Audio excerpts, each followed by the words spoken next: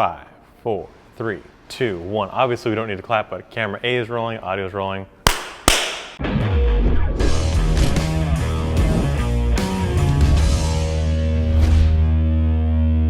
What's up, Chemical Guys family? Thanks so much for tuning in for another episode of Nooners with Nick.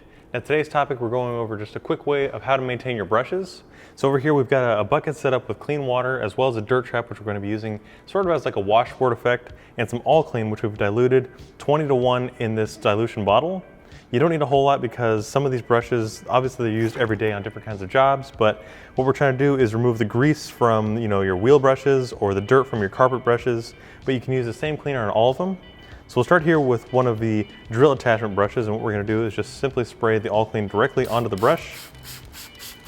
And we can give that a moment to kind of loosen up the debris that's on there, and then we're going to start scrubbing it against the dirt trap just like we're doing with our wash mitts or anything like that, but we're trying to loosen up anything that's embedded on the fibers or on the bristles itself. This way you're always having clean tools as you work. This way you're not cross-contaminating or creating more work for yourself. Gently scrub it against the dirt trap. And you can also do this in your sink using warm water. That'll help kind of loosen up the bristles, kind of revives them if they're matted down. And then you can also wring it out, run it under some warm water or clean running water, but you can just see just by simply brushing it against that dirt trap, we've removed a lot of the dirt that was on the fibers and the bristles.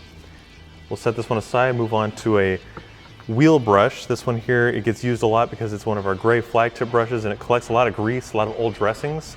Same process, we'll just spray it directly onto the surface, giving it a moment to kind of saturate and also remove or lift up any of the embedded stains, because like I mentioned, we use these things a lot in our detailing university as well as in the videos, so it gets a lot of abuse. So we'll just do the same process again, running it against the dirt trap, using it as a washboard effect, kind of scrub it against there. And this is helping remove anything that's on the bristles itself. It's also a great way to keep your tools looking and feeling fresh, just like they were brand new. Because obviously detailing is about keeping clean and everything's in the details, so having clean tools just goes along with the whole process.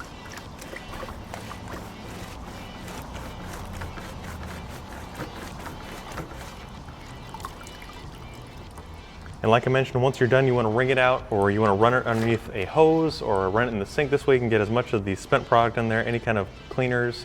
Basically just make sure that it's completely clean and ready to go for your next job. And before you store it, you want to make sure that you dry it. You can either, again, wring it out, you can blow dry it, or just simply shake it out on the ground. This way your tools are ready to go for the next detailing job. So if you guys liked today's video, please give it a thumbs up and drop your comments down below on anything you guys want to see in the future, any questions you may have. And as always, we'll see you guys next time right here in the Detail Garage.